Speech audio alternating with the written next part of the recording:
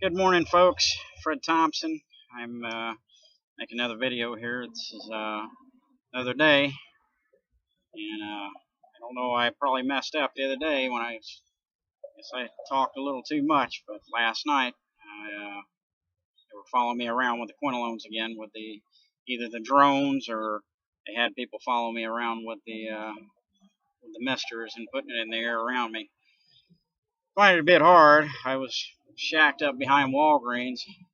See how they could get it in the air there. It's almost like they'd have to have a drone to get it over the top of me, but I don't know. I also stayed behind a building with there was an apartment complex next door, and there's just a fence between us and me and the apartment complex. So they probably got somebody to park and come park right where I was sleeping and gradually put it in the air as I was sleeping. Oh, here comes a motorcycle guy now. I don't know if you could see him. It seems like every time you talk about this type of stuff, these motorcycle guys start showing up. I wish I could catch it all on video, but I don't know. They're tough. They're hard to catch. I mean, these people have been doing this for a long time, and they're really good at it. I guess they were in with the CIA or whatever. They were SEALs and Navy people, so they're really smart, and they know how to get away with this gang stalking thing. But I'm gonna still try to get me a video card. And oh, by the way, I don't know if you noticed the other day, but when I first, I think that was my first attack. Oh no, it wasn't my first, but the other day when I made the first video here at the library, I was attacked with an EF wave, and my speech just started to go haywire. I mean, it's all true, folks. I think it's the first time I've realized that they were using microwaves on me. Most of the time, it's always been the sound effects or the sound thing. But I got some people showing up here now. See, that's the thing when you start talking about things like this, people just start showing up out of nowhere. And well, she turned around. I guess she didn't want to be on camera. But perhaps that's the name of the game, folks. If you had a camera 24/7, you could keep tabs on these people and keep them in check. But as soon as you put your camera down, they're going to be on top of their game, because you got to remember they're reading your mind. They know every step. They're one step ahead of you, and sometimes they're there waiting on you. So but take a sip of this here. Yeah, I think now I just want to document this that my hernia is not that bad. The other day when I just stepped. I was in my RV and they put one of those Cipro misters into my RV. They had some kid when I was in Galveston. They had some kid, act like he wanted to buy my car or my RV, and he got in and he started looking around, and there was a few seconds that he got in and I wasn't paying attention to him, and I believe he stuck a Cipro snifter in there, because the minute after he left, I started cracking and popping all over. And as the kid got on, I should have noticed, I should have paid attention. When he got on, he was making gestures like he was, popping his wrist and that. So it's almost like he was telling me he was fixing to flock me. I'm sorry, don't excuse my wording. I'm losing my. I think I'm being attacked again by an EFL wave. Either that or a frequency. I've got a few people here in front of me. I got a blue truck on the right and a lady in the back of the computer here.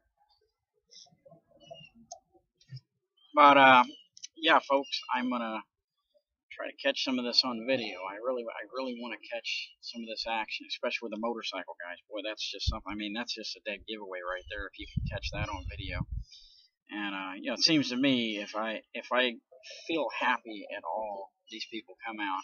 If I even start to have an emotion, I start to feel a little bit of emotion about my dog dying and picturing my dog, and they start making loud sounds. So it's almost like they're trying to well, I mean, we all know they're trying to put you in fight or flight, because when they put you in fight or flight, here's another motorcycle. A lot of motorcycle people out here today. But yeah, when they put you in fight or flight all the time, your body raises the chemical called visceral, and this visceral chemical can, and it damages your your immune system, and also the way it works is, your immune system's in your gut, and it's in your visceral, your viscera. I forget the name of it, but it's in your gut.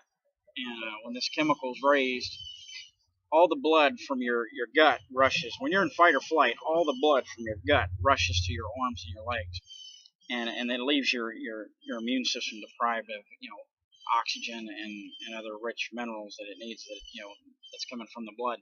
So when you're in fight or flight all the time, your immune system's left depleted because it doesn't have the blood. All the blood's out here in your arms. You're ready to fight. You're ready to run. You're ready to. And that's what these people are doing to people. They're keeping you in fight or flight, and they're hoping your immune system. The more they deplete your immune system, the sicker you get. For me, they're using these quinolones with that, and it's very difficult. I'm telling you, this is just it's insane what these people are doing. I don't know if you can see this red car with the headlights there, but the headlight thing during the day, that's a major gang stalking tactic, and yeah, you just got to know the signs of these gang stalkers. I mean, they put it right in front of people's face. So, see, nowadays these foreign cars come with these LED lights. See, that was a whole thing. That's how they get away with it. They come up with a salute. These new cars, these foreign domestic cars, and they say, well, these lights come with that, so nobody's putting these headlights on. But if you notice in the bad neighborhoods, a lot of the Hispanics, they put their own blue lights in, because they're also with the program. I mean, there's no difference. There's no race or color. These people are they're all genders, all races, and all colors, because that's the name of the game. Because you can't say that they're prejudiced or anything like that. Because here's another motorcycle guy. Got a lot of motorcycle guys this morning. I know how to bring these folks out, and I tell you what, I'm going to get better at this, and create better strategies. And I think the first thing that I have to do is learn how to get them to stop reading my mind. If you can figure that out, well, then you are one step ahead of the game, because that's when you become a real danger to them, because you're just unpredictable and they don't know what you're going to do, and that's where you become a dangerous man, when you can figure out how to get them to where they can't read your mind. But yeah, folks, I got 3 minutes here.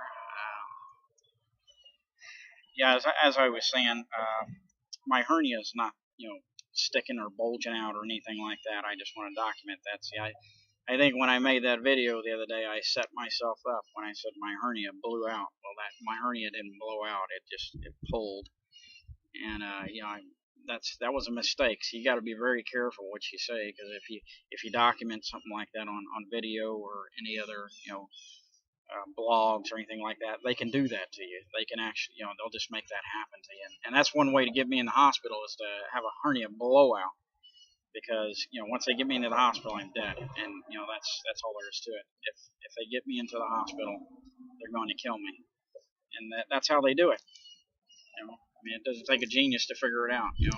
They have taken over. Oh, here's another motorcycle guy. Well, these guys are really working on me. See what they're doing? These motorcycle guys are putting Cipro in the air.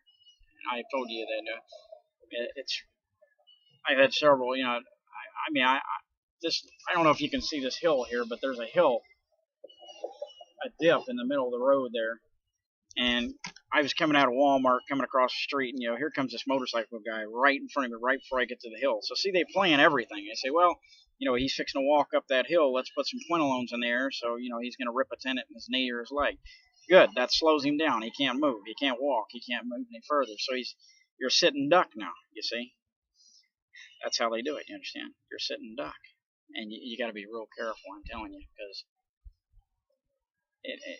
I don't know how to really protect myself from that drug other than get in the wind. But I'm going to try a mask and see if that works. But the thing is, when you wear these things, you mark yourself, and then people start looking at you, and that's what they want too. They want people to start looking at you. If you get into a neighborhood like where I'm at, you start talking, and people start getting to know you, and they know that you're not a danger, or they know that you're not crazy, and they start to be friendly with you, and and that's a danger to them too. It's because they can't lie on you, and they can't say all these things which they do to people. And like they could call you a pedophile, or say you're a sex offender, or they can produce false documents. And then they get the whole neighborhood after you, and they get them to do their bidding. So boy, that car there's got some infrasound in it. But yeah, they get the neighborhood to do their dirty work. And it's a sad thing, because some of these people think they're doing the right thing, and they're being righteous. They think they're, but really, I mean, anybody that believes in God shouldn't be tracking anybody at all, and especially if. But I don't think a lot of them know. I think a lot of them just think, well, we're just running him out of town. They don't realize that even when this person goes to the next town, he's going to be stalked and tracked, and this just never ends. And they don't understand the program of what it's really about. All they know is, these people are telling them this, and they're trying to run this person out of town. So that's all they really know. They think they're doing the right thing for their neighborhood, but they don't realize that, as I said before, that this is never going to end for this person, because this program is nationwide, and it's a network. As soon as you leave one spot and you go to the next. I've experimented with this, and I've costed these people a lot of money, because I have moved around for the last 3 years in that RV, and they kept me moving. And I guess they figured, well, they kept trying to attack me with all this gang stalking, but I just move, and then they'd have to recruit and find someone else. So I imagine I've cost them a fortune, but that's good, because I hope they go broke trying to depopulate me, because I tell you what, I went over my time limit there.